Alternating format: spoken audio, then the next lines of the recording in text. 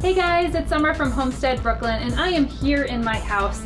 And if you've been following me on Instagram, you know that my house is undergoing crazy amounts of construction. So I am back here in my kitchen corner. All of the plants have been removed because they're on the interior of my house, so that makes way for the construction workers to be able to work in my windows and whatnot.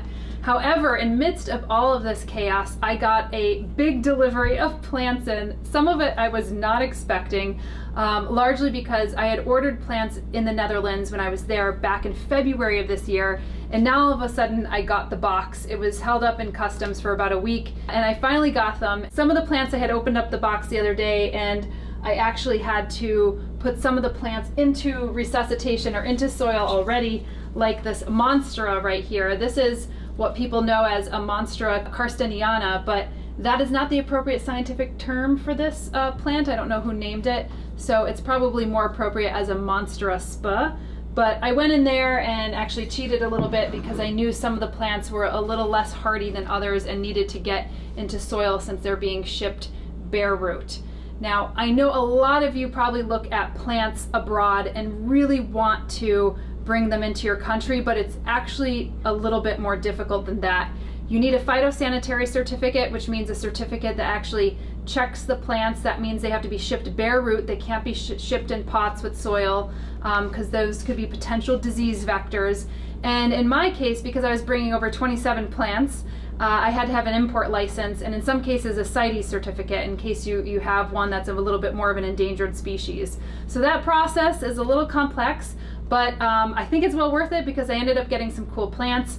And of course I actually got some other plant deliveries in midst of, like I said, this chaos. So I'm just gonna actually go through some of these things with you in the new unboxing ceremony here. So let's get started.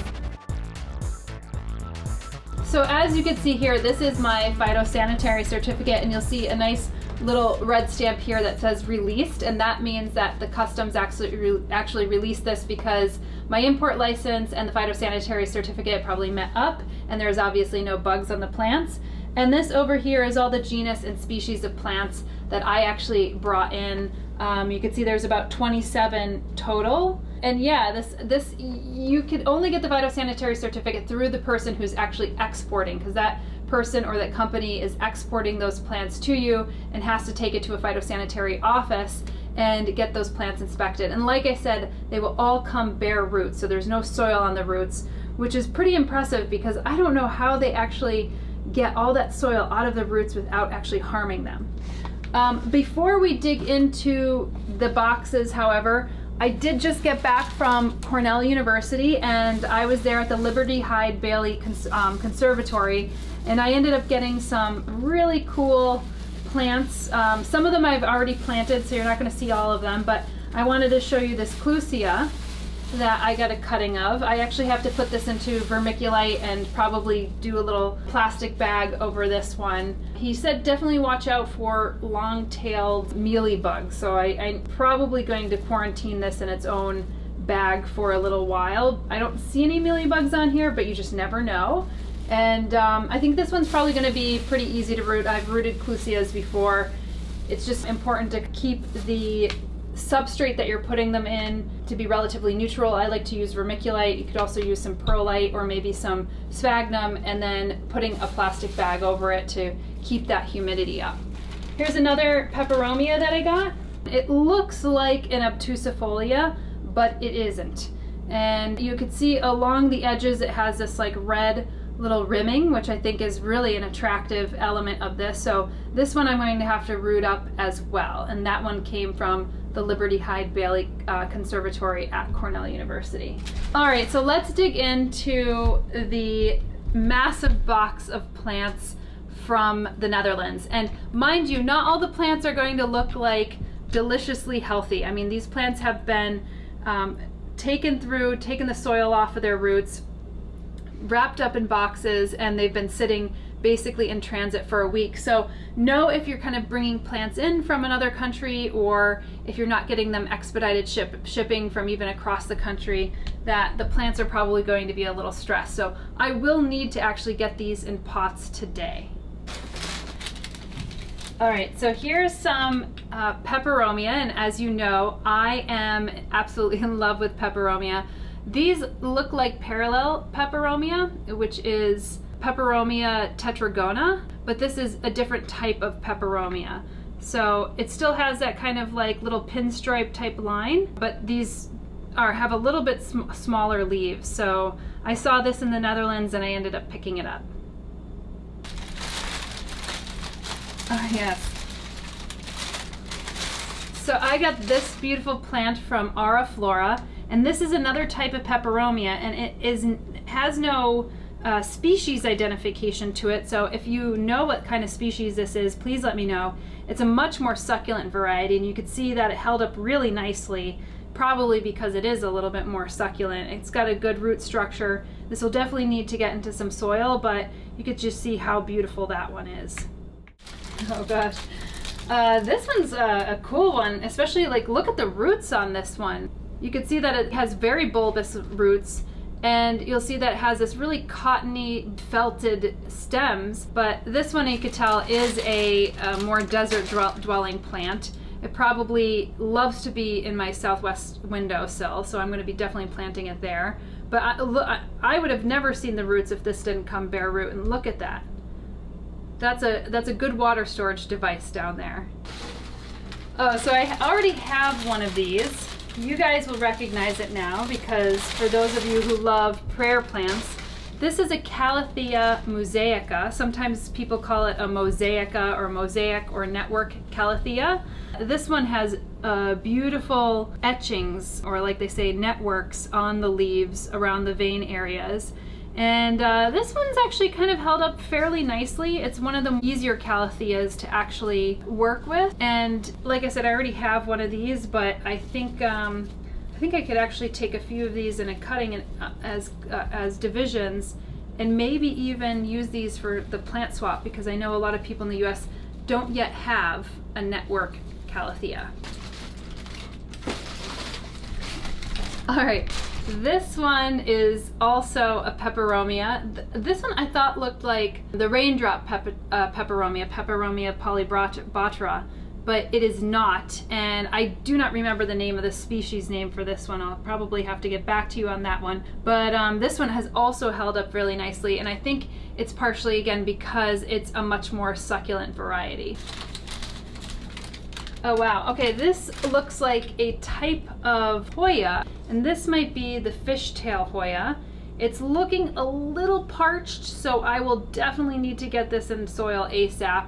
But you could see that it has a little bit more of a light green leaf with some darker green veins. I think that's where it kind of gets this name for being a fishtail. Okay, here's definitely some more. I think they're all Peperomia. It looks like, I guess when you get them bare root, they come out of the soil, and you can see that there is 3 planted in one, which is great because, again, these are going to be great plant swap ones. So these, again, look very succulent. I think if I ever do bring in plants that are from, you know, abroad, bringing in the more succulent varieties, I have a few that I could show you that I've just put into my vivarium, and like Biophytum sensitivum, which is, it looks like a little bit of a mimosa, very delicate leaves, and I don't know if I'm going to be able to revive it because it's such a sensitive plant, and you can see all these succulent varieties are totally fine in the male. All right, this is awesome. This is a Dischidia nummularia. I have been finding a hard time actually finding this plant in the United States, and you could see that you could get them abroad very easily in other places, but I haven't been able to find it around here, so this is a really generous cutting of Dischidia nummularia here. Okay, this is definitely in need of going into a little pot. This is another type of, it looks kind of like a Peperomia, but I'm actually not quite sure if it is. It could be a Pilea. It is in dire need of a little bit of home. This is more of a terrarium species, even though it has a little bit of succulence to it. It definitely looks like it could be a little bit of an understory plant, and it's in need of a little misting. So I gotta get that into a pot ASAP. Oh, this is a cool cool one, and I've actually seen these in the United States, although they're not so common. This is a type of Euphorbia. I really love the coloration of this. It has this rosy grayish hue, and this one does have a little bit of that latex, just like a lot of Euphorbia do when you actually end up cracking it. I think there's a little segment that kind of came off in here like this.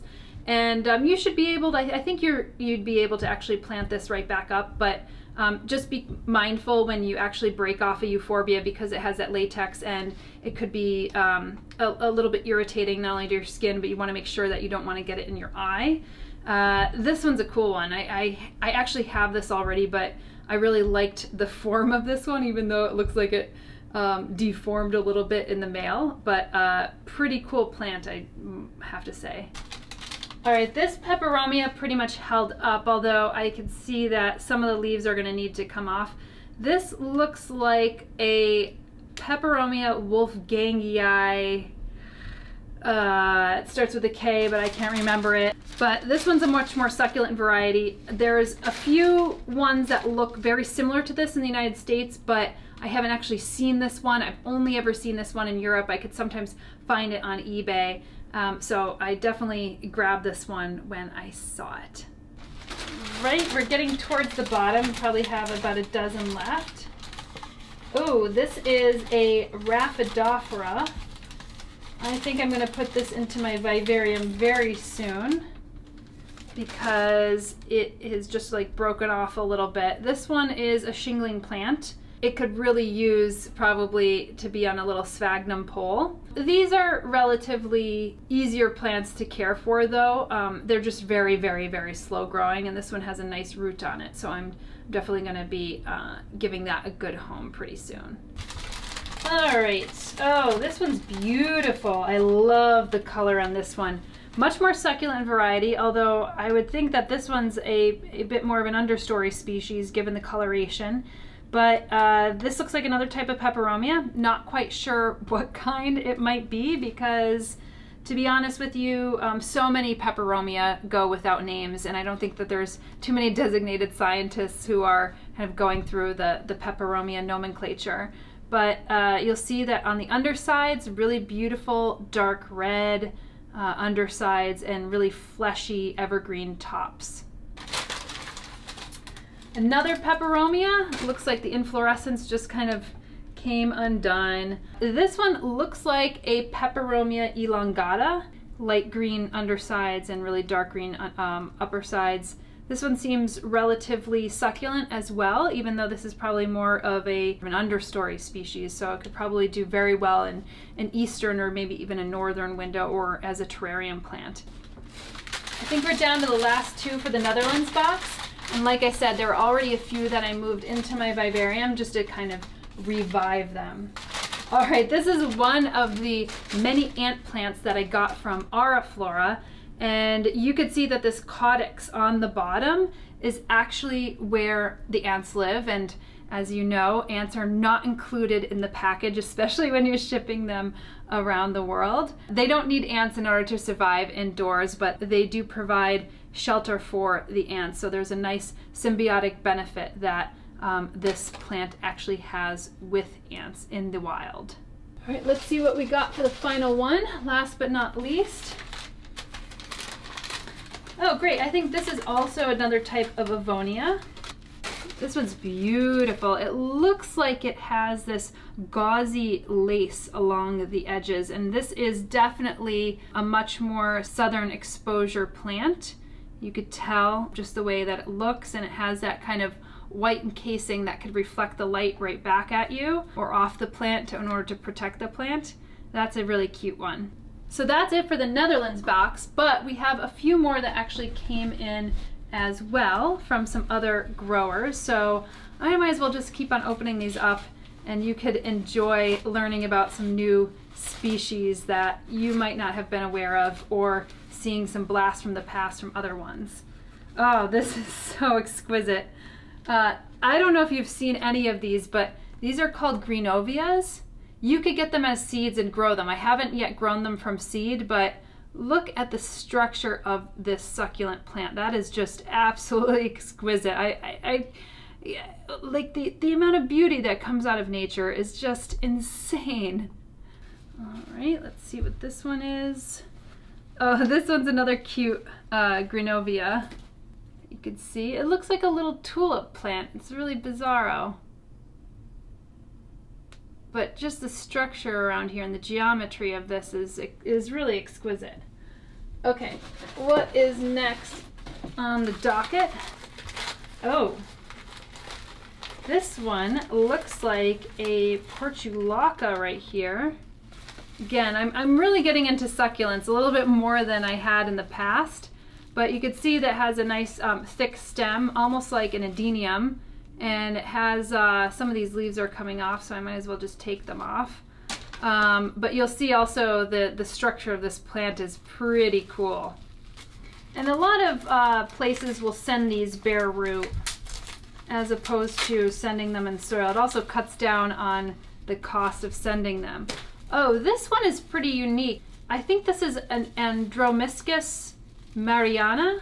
It's probably a cultivar, a different type of red cultivar. Very tiny plant, but I'm actually creating this little succulent layout of all these really deeply red succulents, and it just kind of reminds me of Mars. Like if Mars had plant species, what would they look like? So I'm actually like creating that as a little succulent arrangement. This is one of the ones that I'm going to be putting in there.